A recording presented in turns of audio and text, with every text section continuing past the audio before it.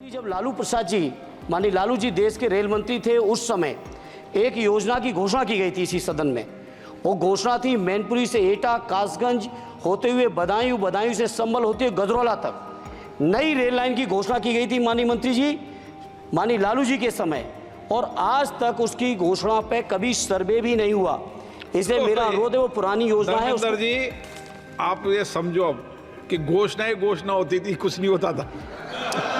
नहीं, उसके बाद 10 साल से तो आप भी हैं। धर्मेंद्र यादव ने भी स्पीकर ओम बिरला को अच्छा सुना दिया। ओम बिरला धर्मेंद्र यादव को बीच में टोकने लगे, धर्मेंद्र यादव की बात पर हंसने लगे, क्योंकि धर्मेंद्र यादव ने रेल मंत्री से अपने इलाके में रेल योजना की मांग करते हुए ये कह दिया कि कैसे लालू यादव जब रेल मंत्री थे तब घोषणा हुई थी, लेकिन अब तक सर्वे तक नहीं हुआ।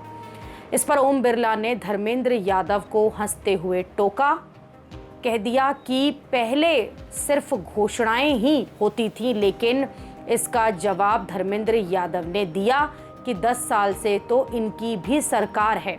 जब लालू प्रसाद जी माननीय लालू जी देश के रेल मंत्री थे, उस समय एक योजना की घोषणा की गई थी इसी सदन में।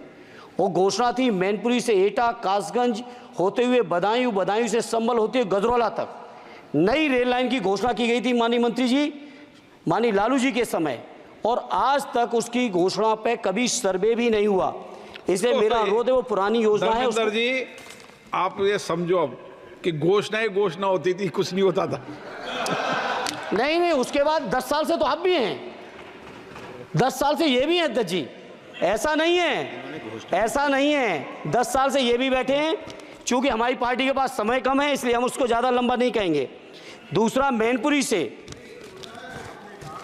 घोषणा नहीं की थी, घोषणा उन्होंने की तो थी। पूरा करना इनकी भी जिम्मेदारी है कि अध्यक्ष जी, विभाग नहीं बदल गया है, भारत सरकार की जिम्मेदारी है। आज जो ये मंत्री जी घोषणा करेंगे, अगले मंत्री की जिम्मेदारी बनेगी, अगले मंत्री की जिम्मेदारी बनेगी। धर्मेंद्र यादव ने स्पीकर को समझाया, साथ ही साथ बीजेपी के उन सांसदों को भी पाठ पढ़ाया जो धर्मेंद्र यादव की इस बात पर हंस रहे थे कि पुरानी सरकारों में जो घोषणा हुई वो पूरी हुई ही नहीं।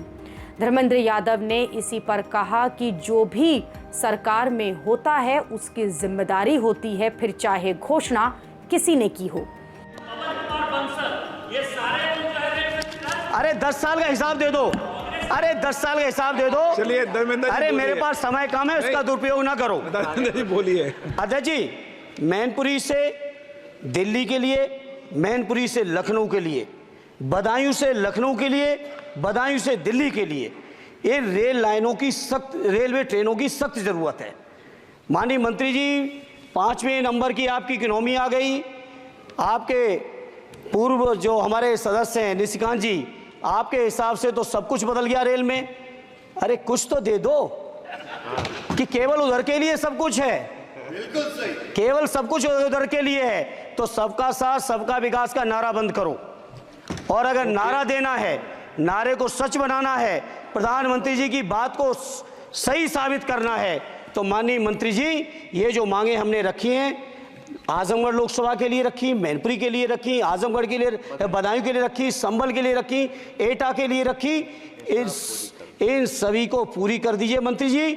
और नहीं कर सकते हैं तो कम से कम इस सदन के अंदर तो सबका साथ सबका विकास नारा देना बंद ही कर दो। और नारा जिस दिन देना बंद कर दोगे और ये कह दोगे कि आप विपक्ष में आपका नहीं करेंगे, उस दिन हम अपने क्षेत्र के लोगों को संतुष्ट भी कर लेंगे। हमारे क्षेत्र के लोग इतने स्वाभिमानी लोग हैं। धर्मेंद्र यादव समाजवादी पार्टी से आजमगढ़ से सांसद हैं और वो लगातार संसद में मुखर होकर बोलते रहे हैं। धर्मेंद्र यादव भी उन नेताओं में शामिल हो गए हैं जिन्होंने लोकसभा स्पीकर को बातों बातों में पाठ पढ़ा दिया। इससे पहले ममता बनर्जी के भतीजे अभिषेक बनर्जी और फिर राहुल गांधी लोकसभा स्पीकर के लिए परेशानी बन चुके हैं।